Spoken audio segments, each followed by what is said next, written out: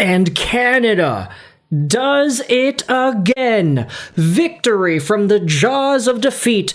The Canadians have defeated the Finnish in their 2026 men's ice hockey tournament semifinals matchup at the Olympic Games.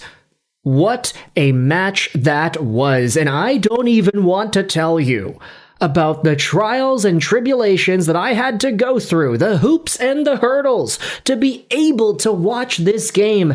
You see, I'm here in Vancouver, around Hastings area, and there is a scheduled BC Hydro power outage. So I had to go through a whole bunch of signups and CBC Gem and using a bunch of data, and I'm recording this video on my computer, and I have limited battery life left to try and get this out to y'all, but that doesn't matter because Canada has just won. BC Hydro, I'd appreciate it if you finished your work up quickly. Why'd you have to do your business today of all days with the scheduled power outage? Team Canada defeats Team Finland 3-2 in regulation after being down for most of the entire hockey game. Talk about a last-second victory. Talk about a last-second tie. The Canadians looked kind of desperate at times, but they inevitably overwhelmed the Finns with their talent, with their shot volume, and at times their shot quality, forcing open this game and allowing them to take the victory 3-2. The Finns will play the loser of Slovakia-USA for the bronze medal. The Canadians will play whoever wins that game for the gold.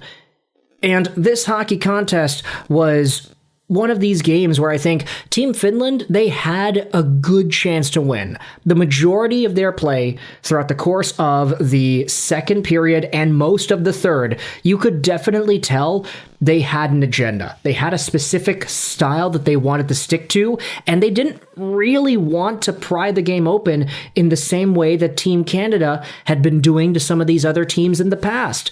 The Finns got the early lead, they were up 2-0, and then they decided we're just going to sit and we're just going to clog the middle. We're just going to double, triple team whomever has the puck. We are just going to play super hard defensively, dump it out, get our line changes, and then do it all over again. That was their solution to this Canadian squad filled with all-stars, and I'm not going to lie, it almost worked. Opening things up in the first period, you had Sam Bennett with probably the worst penalty that we had seen anybody take all tournament. Bennett ends up barreling the goaltender, UC Saros. He gets taken down there, and he gets penalized for it. Obviously, you're going to get penalized for that, Sam Bennett. What the hell are you thinking, bro? He ends up barreling into the goaltender. Yes, there was a little bit of contact with the Finnish defenseman at the same time, but hey, it's Sam Bennett representing the Maple Leaf going out there and barreling goaltenders. What else is new?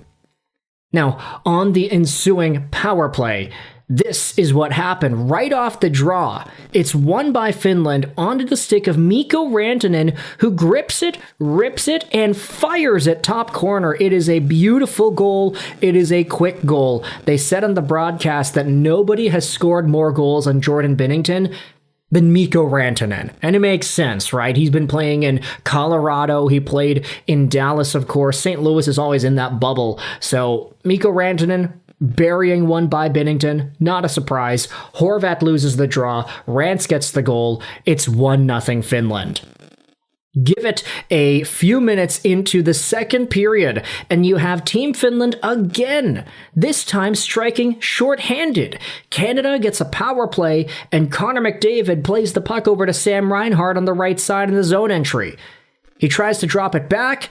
It escapes through both Canadian D, and it's Erik Haula who finds himself in on a breakaway, goes to the backhand, and buries it by Jordan Binnington. Sebastian Aho can't help but cheer. Canadians can't help but feel the empty, dark pit of despair after seeing this play. MacKinnon misses the puck. Makar is not back, and Erik Haula gets the breakaway. It is 2-0 Finland. Now, around this time is when my power went out, so unfortunately I wasn't really able to see much of the next few minutes. Sam Reinhart scored, though. He finally ends up getting a goal in this tournament. He tips in a long drive from Cale Makar, and it is a 2-1 hockey game. Finally, we had started to see some of these other heroes stepping into Team Canada and scoring some big goals when the team needed them the most. Nick Suzuki, thank you. Mitch Marner, thank you. Sam Reinhart, thank you. He goes out there with the great tip right in front. It's not even like he's looking at the puck. The puck just kind of deflects off of his stick and down by Saros. It's a beautiful little tip there, and Canada is within one. Connor McDavid gets an assist on that as well, which puts him into a pretty good territory by himself. 12 points. Connor McDavid gets the single tournament points record by an NHL player in an Olympic Games. So there you go. Connor McDavid doing some pretty good McDavid-like things on the assist on the Reinhart goal. Third period comes, and Team Canada is down for most of the entire frame up until, with 9 minutes to go, it is Shea Theodore who gets a slap shot from the point, and it goes in by UC Saros. However, there was some controversy with this, because literally a second before Theodore scored the goal, you had Brad Marchand just kind of running into UC Saros there.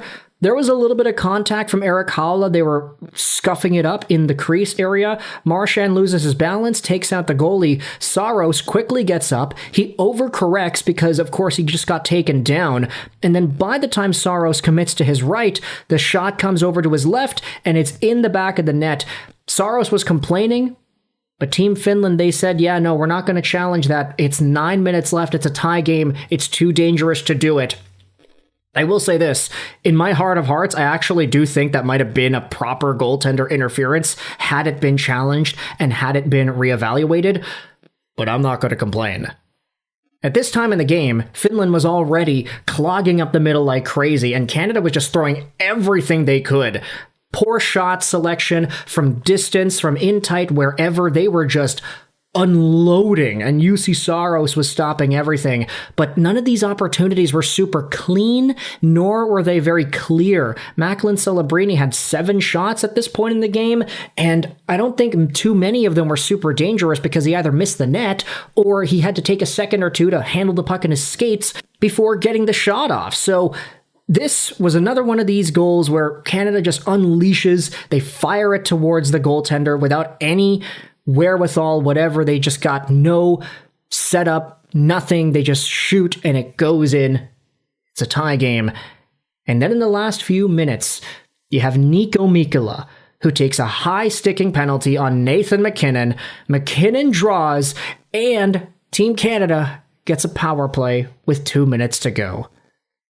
McDavid ends up throwing it across for Nathan MacKinnon for the 1T, and it gets right by UC Saros. There was a coach's challenge for offside on this play, but it ends up not getting called. It's deemed a good goal. Celebrini to McDavid, cross crease to MacKinnon, the 1T. It's in behind Saros with 30 seconds to go. Team Canada takes the lead, and Team Canada gets the win. It is a 3-2 Canadian victory here as Nathan MacKinnon gets the game winner. What an extraordinary moment for the McDavids, for the MacKinnons, for Canadians as a whole, as they beat Team Finland, snatching victory from the jaws of defeat. 3-2 is the final score here. Let me know your thoughts in the comment section below. My laptop is running out of battery, so I gotta go and get this video out there. Thoughts in the comment section about the Canadians. They'll play the winner of USA-Slovakia. Hopefully the power's on by then so I could actually watch the game on my TV rather than my smartphone. But I hope you enjoyed this video, and bye.